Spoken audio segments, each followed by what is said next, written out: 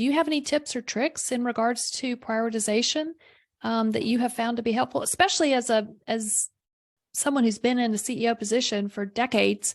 How do you, because you've got more work than anybody else, but yet you've got to prioritize. So do you mind talking about that?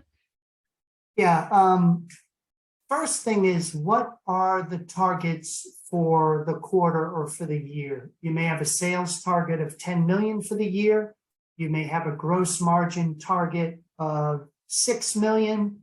You may have an overhead target of 4 million and leave you with a profit target of 2 million.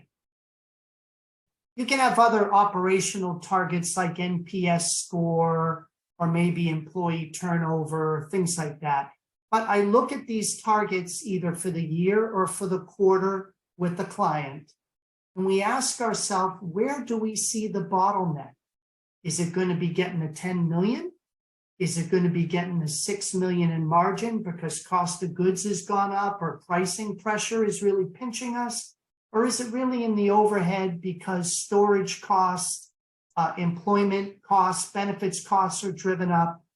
And we look at the targets thoughtfully and we say, if margin is the bottleneck, how do we prioritize that? So the purchasing manager says, well, I would have a priority to lower cost of goods by 5%.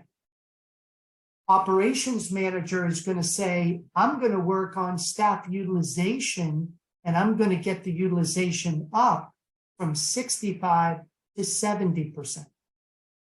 Sales team is saying, well, if I could work on pricing and increase pricing by 2%, the pricing, the cost of goods, the staff utilization is going to do what to the gross margin? And drive it up. And because we're now clear, raising the gross margin by 5 points over the year is the ultimate priority, we know the pieces that we control that will most greatly contribute to that result.